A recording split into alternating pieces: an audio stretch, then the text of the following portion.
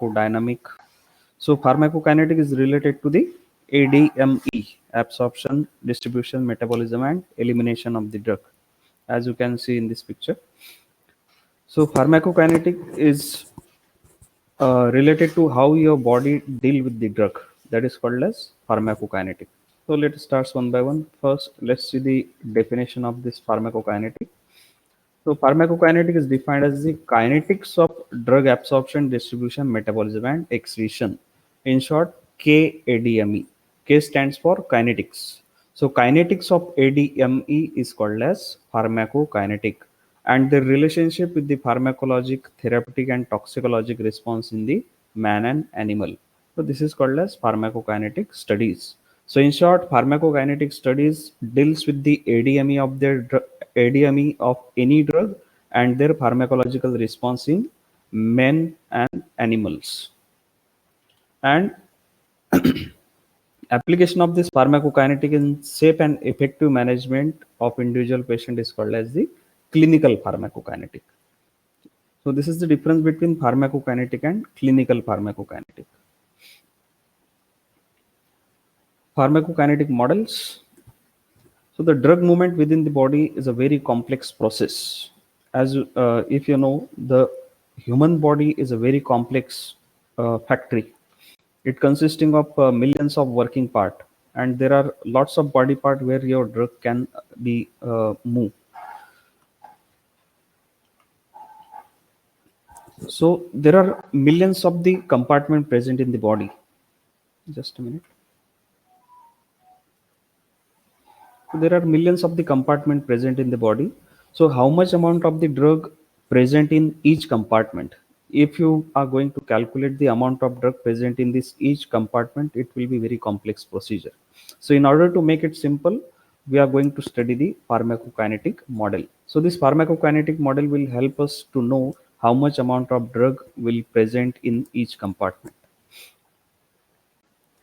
A major objective is to develop a simple approach to describe, analyze, and interpret the data obtained during in vivo drug distribution studies. So, as we discussed now, so objective of this pharmacokinetic model is to develop a simple approach by which we can know the drug disposition studies. Drug disposition studies means how much amount of drug distributed into various parts of the body. That is called as drug disposition studies, and this involves the development of pharmacokinetic model, which involves the concise means of expressing mathematically or quantitatively the time course of drug throughout the body and compute the meaningful pharmacokinetic parameter.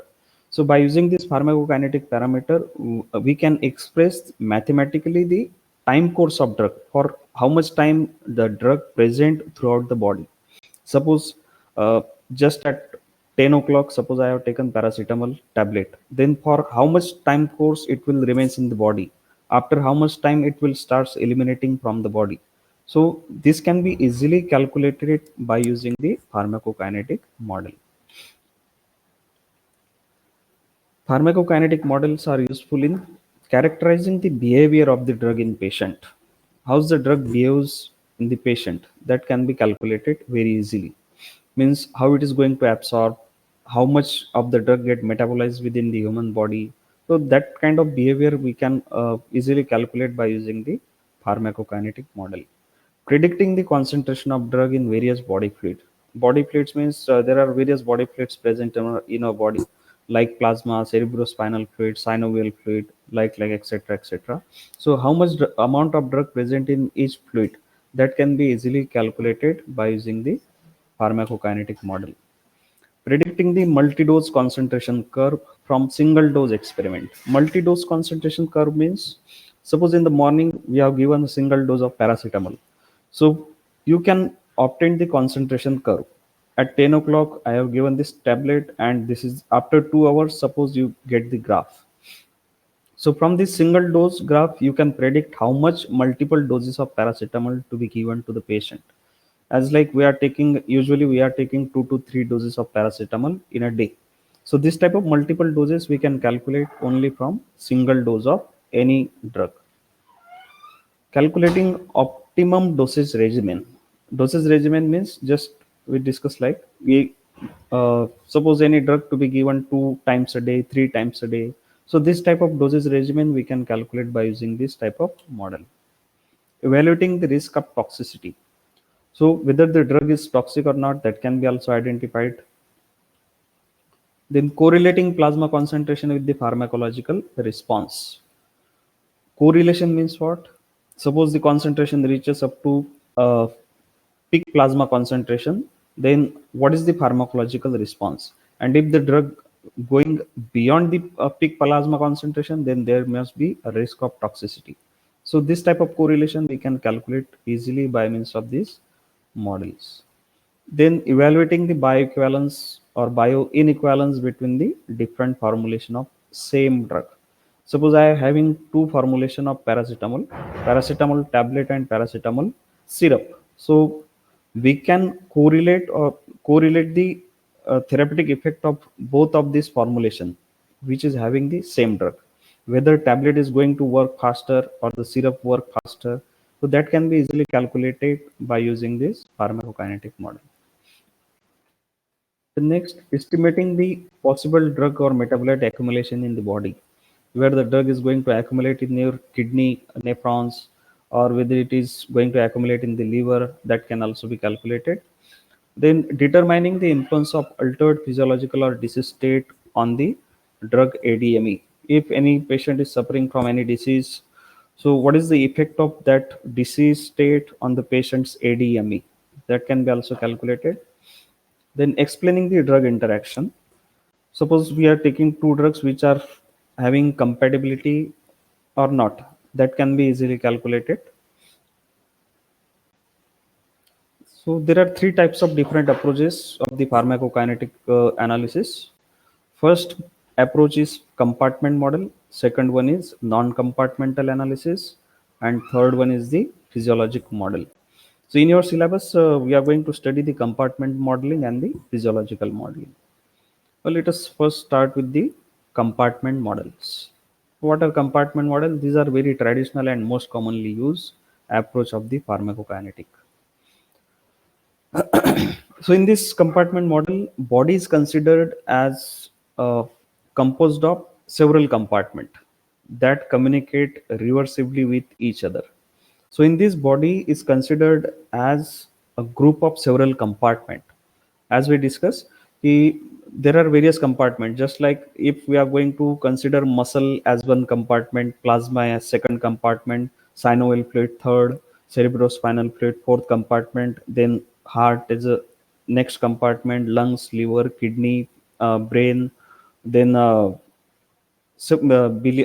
bile. So in this way, there are various compartments. So in this, body is considered as a group of several compartments. And if one consider every organ, tissue or body fluid that can be equilibrate with the drug as a compartment, so in this case infinite number of compartment can exist in the body. And if you are going to calculate the number of amount of drug present in each compartment, the study will become too complex. You imagine, suppose we are going to consider 1,000 compartments in your body. Suppose I'm going to ask you, tell me the amount of drug which is distributed only in synovial fluid. So out of 100 milligram, how much amount of drug reaches to the synovial fluid? The calculation may become very complex. So that's why these compartment models are very complex studies. Then the tissue which are approximately similar. So therefore, in order to make this study simple, all tissues which are approximately similar, they are pulled into one compartment. Suppose whatever the organs present in our body, like lungs, livers, kidney, brain, so these are highly perfused organ. So I'm going to pull all of these compartment into a single compartment, so that the study will become simple. Suppose I ask you calculate the amount of drug distributed to the highly perfused organ, then it will be quite simple as compared to the a single compartment. If we are going to pull all the compartment into one compartment, then this study will become simple. But such compartment are not real physiological or anatomic in the nature. They are fictitious. They are not present in real life. So this type of compartment studies are not real, but they are fictitious because they does not exist in the environment. The kinetic of most drug can be described by the hypothetical model consisting of one, two, or maximum three compartment model in series or parallel with each other. So as we studied that the when we are going to consider large number of compartment, the study become very complex. So that's why we are going to pull this compartment maximum to one, two, or three compartment only. Maximum three compartment. If you're going to study the three compartment model, again it is very complex. So that's why we are going to limit this compartmental studies only up to three compartment. Your whole body will be divided into only three compartment. So one compartment model is the simplest one, then second, and then third is complex. As we going in forward direction, 3, 4, 5, 6, then again studies may become going on very complex. So maximum we are going to consider the three compartment. Either they are connected in series or they are connected in parallel direction. So it is also assumed that the rate of drug movement within this compartment follows the first order kinetic. As we are going to study the one, two, or three compartment, if I'm going to consider that there are three compartment in the body, so the rate of drug movement from one compartment to the other, so this type of drug movement follows first order kinetic. And the compartment, that is compartment models, can be divided into two categories. First one is the mammillary model and the second one is quaternary model. So these are the two subtypes of quaternary compartment models. Let us see what is meant by mammillary model. So these are very common in pharmacokinetics, and it consisting of one or more peripheral compartment connected to a central compartment in a manner similar to connection of satellite to a planet.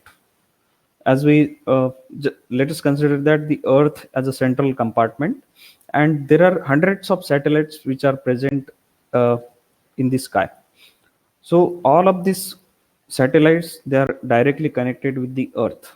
So in the same way, your body, one or more peripheral compartment will be connected with the central compartment. So what will be the central compartment in our body? That is blood. Blood will be central compartment and all other compartment will be peripheral compartment, because blood is in direct contact with all other compartment. So that's why blood we are going to consider as a central compartment. Blood, or you can say plasma. So blood or plasma will be a central compartment. So as this central compartment is directly connected with all body parts, so blood or plasma will be central and all other compartment will be peripheral compartments. So central compartment, it is denoted by 1. Compartment 1. Central compartment will be always denoted by 1, comprises of plasma, and these are highly perfused tissues. So which one will be considered as central compartment? That is lungs, livers, kidney.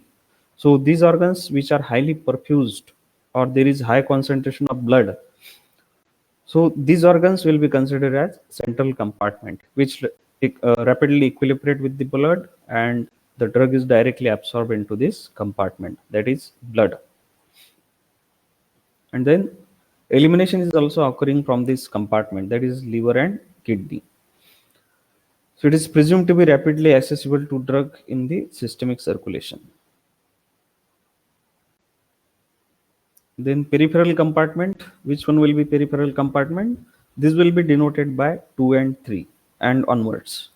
And which one will be peripheral compartment? Those body parts or organs which are poorly perfused, means there is low blood supply, that will be considered as poor perfusion.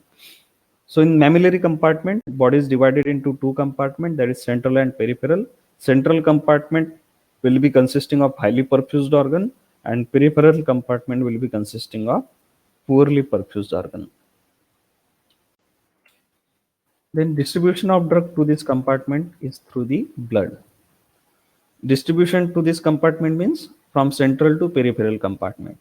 So the distribution of drug from central compartment to the peripheral compartment is by means of blood only. Blood is the communication in between all compartment. So movement of drug between this compartment follows the first order rate constant, and it is denoted by capital K. And the subscript indicates the direction of movement, thus K12. So what does this K12 indicates? K is the first order rate constant. K is first order rate constant, and if I'm going to write K12, so 12 will be present as a subscript. So K12 indicates that the movement of drug from central compartment to peripheral compartment from 1 to 2. And suppose I'm going to write K21, means the drug movement is from peripheral compartment to the central compartment. And the number of rate constant will be given by capital R. So for intravenous administration, the formula, if you want to calculate how many number of rate constants are there, the formula is R is equal to 2n minus 1. And for extravascular administration, R is equal to 2n. What is meant by extravascular? So for extravascular, you can consider the all oral formulations, oral, rectal.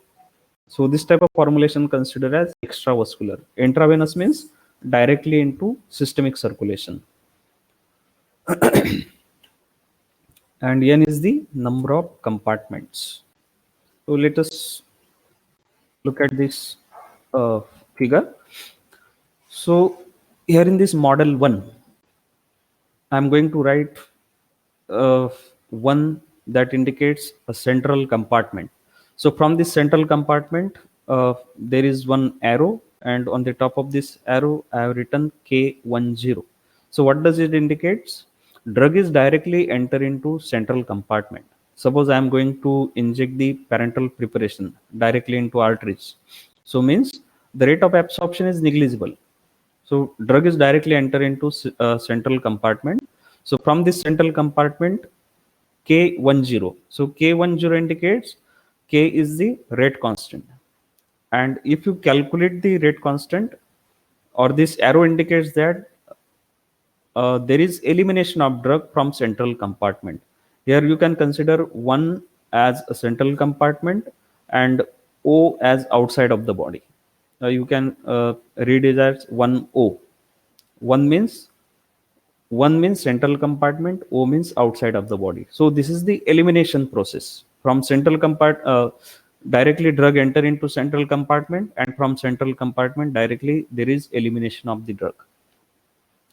So for IV injection, the rate constant is, if the compartment is 1, and just look at this formula. For intravenous administration, if you want to calculate the rate constant, that is capital R, formula is 2n minus 1. Here n is the number of compartment. And for intravenous injection, one compartment open model, the number of compartment is 1. So if you write here as 1, 2 into 1, 2 minus 1, 2 minus 1, 1. So for intravenous administration, number of rate constant will be 1. As you can see in this image, the number of rate constant K is only 1. So here 1O indicates the elimination of drug from central compartment to the outside of the body. So this is the model 1, one compartment open model, intravenous administration. Now we are going to consider one compartment open model, extravascular administration, that is oral or rectal. So when we are going to administer the drug by oral or rectal route, there is a rate of absorption. But in case of parental, if you look at the model number 1, there is no rate constant for the absorption, because the rate of absorption is negligible. Drug is directly enter into systemic circulation. But in case of extravascular administration, again there will be a separate rate constant. Rate constant means here the drug is allowed to absorb first. So first K01, or O1. O means from outside of the body to central compartment. So from outside of the body, drug will enter into central compartment, and the rate of absorption can be calculated by KO1. So after absorption, drug will enter into central compartment. Then again from central compartment, there will be elimination of the drug. So if I am asking you how many number of rate constants are there, so for extravascular administration, there are two rate constants. Now let us consider the model number 3, which is having two compartments. After intravenous, so this is intravenous administration, two compartment open model, intravenous administration. So rate of absorption is negligible. So from central compartment, drug will directly undergoes elimination. 1O means outside of the body, from central compartment to outside. So this 1O indicates outside elimination, and this 1 2 and 2 1. 1 2 means the rate of drug movement from central compartment 1 to peripheral compartment 2, and again from peripheral compartment to central compartment. So this arrow indicates the direction of movement of drug, and the movement of drug or the blood supply is always reversible. It is not like that the blood is going to peripheral compartment and again it will not return. So this is a reversible process. Drug will enter into peripheral compartment and again it will return to the central compartment. So in the same way, model number 4, two compartment open model, extravascular administration. So as this is extravascular condition, so there must be a rate of absorption of O1, means outside of the body to central compartment. So there will be a rate of absorption. So from central compartment, again there will be elimination, and K12 and K21, that is rate constant or the rate of movement from central to peripheral and then peripheral to again central. So this is, in this way we are going to calculate the concentration of drug or movement of drug from central to peripheral and from peripheral to central compartments.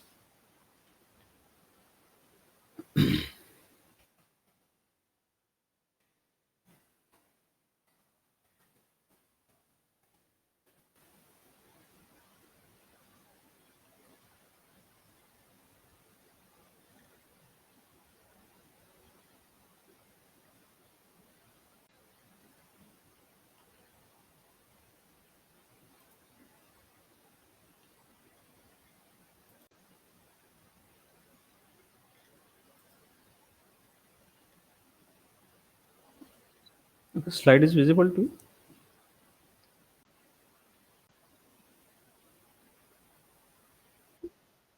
Okay.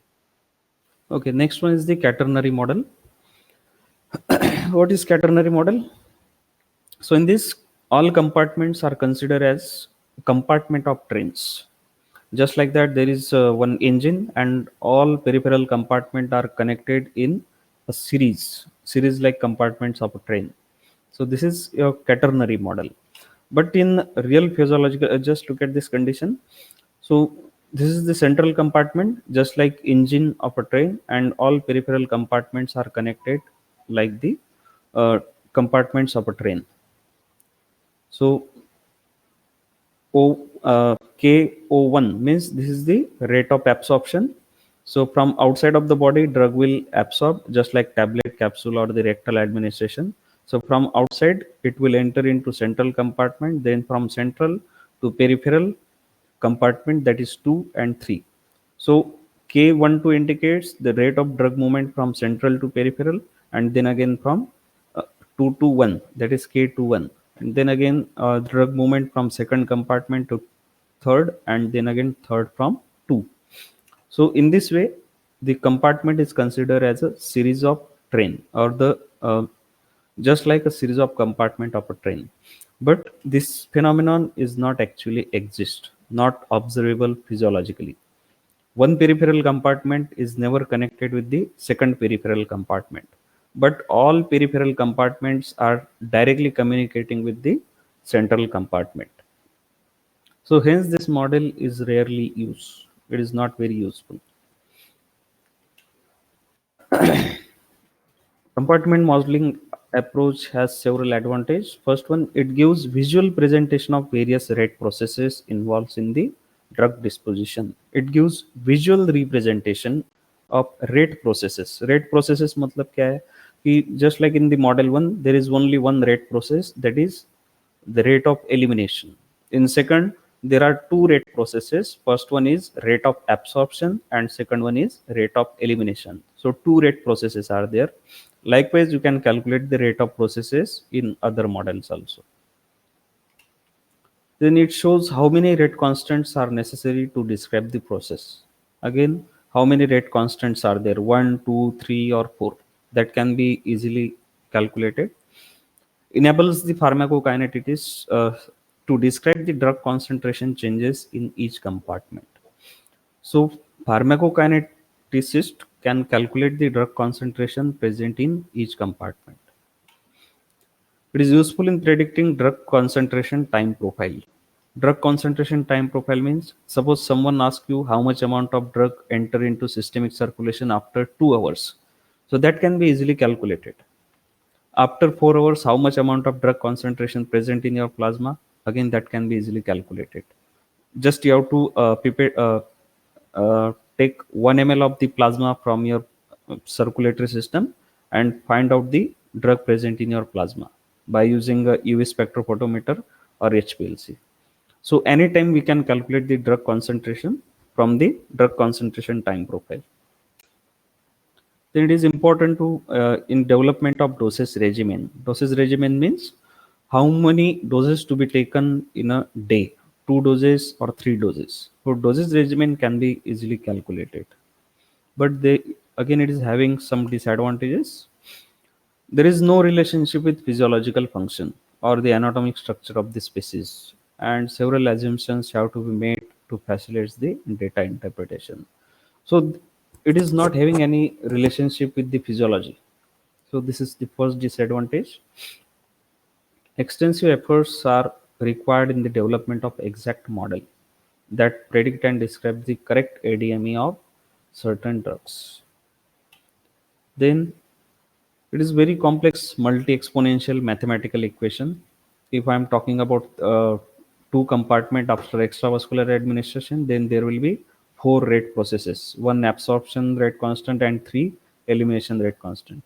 So in this way, the process becomes more and more complex if I'm going to consider two or three compartment. Model may vary within a study population.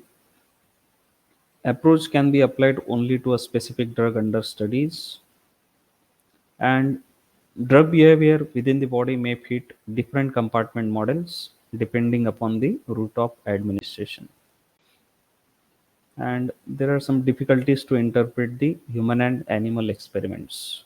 Same drug may not show the same results in human being and also in the animal experiment.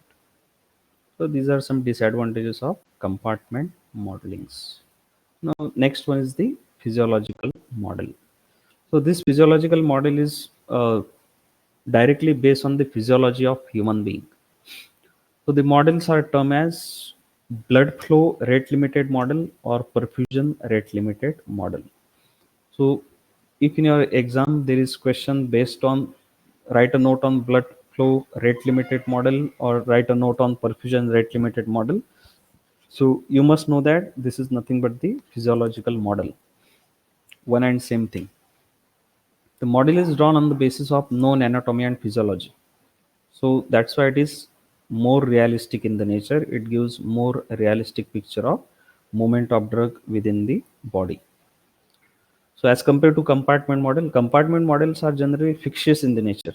It is not really exist. But these physiological models are based on the real anatomy and physiology. And that's why it gives a more realistic picture as compared to the compartment models. So the number of compartment to be included depends upon the disposition characteristics of the drug. And organs or tissues such as bones that do not have any penetrations, only that compartment will be excluded in the physiological model. As you know, the bones, there is no blood circulation. So this type of organ or tissue will not be considered in the calculation. So the next figure will show you the physiological model where the compartments are arranged in a series to show the flow diagram. Just look at this diagram. Here the lungs, heart, gut, liver, kidney, highly perfused tissues, poorly perfused tissues. So all organs are arranged in a series, and this is the arterial blood flow, and this is venous blood flow. So, if I'm going to administer the drug by means of intravenous administration, so first blood will enter into a venous blood flow. From venous, it will enter into the lungs. From lungs, it will enter into arterial blood flow. From the arteries, then the drug will enter into heart, then gut, liver, and then again it will undergoes elimination. Then kidney, highly perfused tissues, and poorly perfused tissues. So from all of these organ, the drug undergoes elimination from the liver and also kidney. So both of these organs are involved in the absorption as well as elimination. So elimination only occurs from these two organs, livers and kidney. So this is all about the physiological model. So it is based on the assumption that movement within a body region is much more rapid, and that's why it is named as perfusion rate limited. Perfusion means what? Uh, High blood flow.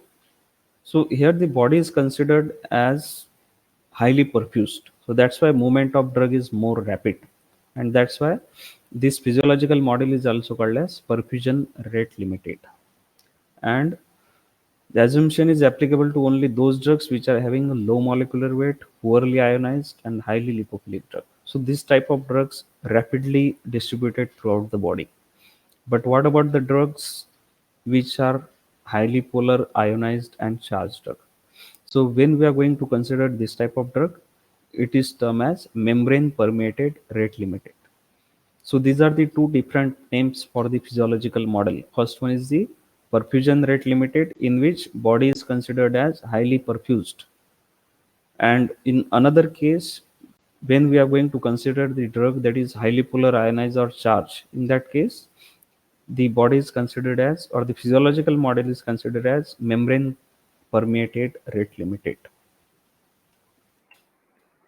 Advantages of this physiological model: mathematical treatment is straightforward, data fitting is not required, exact description of drug concentration time profile.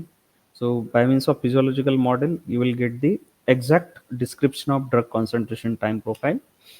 Then influence of altered physiology can be easily predicted.